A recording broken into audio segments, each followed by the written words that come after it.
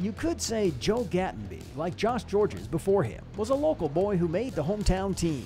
While growing up in Calgary, Gatenby moved to Kelowna in junior high to go to the Pursuit of Excellence Hockey Academy. Rocket Scouts took notice and chose him in the second round of the 2012 Bantam Draft. After 2 years at POE, he played with the Major Midget Okanagan Rockets last season. The one-time Rockets fan now skates in front of the Prospera faithful. Ever since my first year, I came out here in grade 8, I was going to Rockets games and always wanted to play in the league, and I didn't know I'd end up playing for the Rockets. I always watched and tried to, pick things up from the game, and I always liked Tyson Barrie because he was a pretty exciting player to watch and he was a defenseman too. For the 16-year-old, the transition to the WHL has gone pretty smoothly.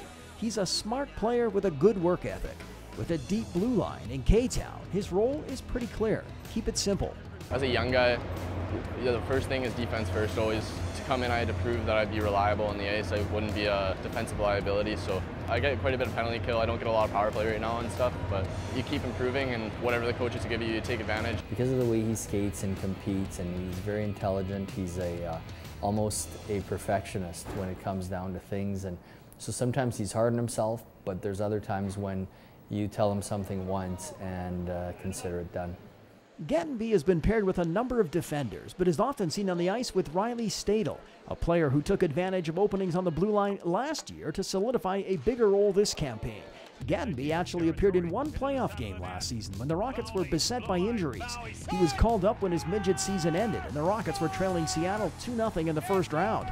He actually suited up for the decisive Game 7, but was pinned to the bench for the entire game. But what a learning experience for the then 15-year-old. I was pretty run down after my midget playoffs. I went pretty hard there, and I hadn't played a shift in the league yet, but I was dressing for Game 7 and I didn't know what to expect, if I was going to play or not. But they didn't end up playing me any shifts, but I was on the bench and we ended up winning, and that was a pretty cool experience, and to kind of get a taste of what it was like and how hard I needed to work to come in next year and make it. With the Rockets' top 5 pretty much set, the remaining spot on the blue line is shared between Jesse Lees, who's been injured of late, the physical Dalton York, and Gatenby. While both Lees and York have seen time up front, getting ice time in the playoffs could be a challenge for the 6-foot, 170-pound Gatenby, but he's the kind of player that is so difficult to take out of the lineup.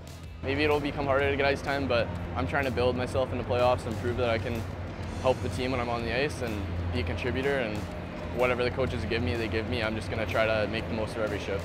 Hockey's a game of, somebody else's misfortune sometimes opens a door for you, and I think that certainly that was the case last year with Riley Stadel in the playoffs specifically. And this year again with Joe, there was a time when, we were like, gosh, how are we going to get him in games? And now it's like, well, we can't take him out, and that's a credit to him and how he's played and how he's competed.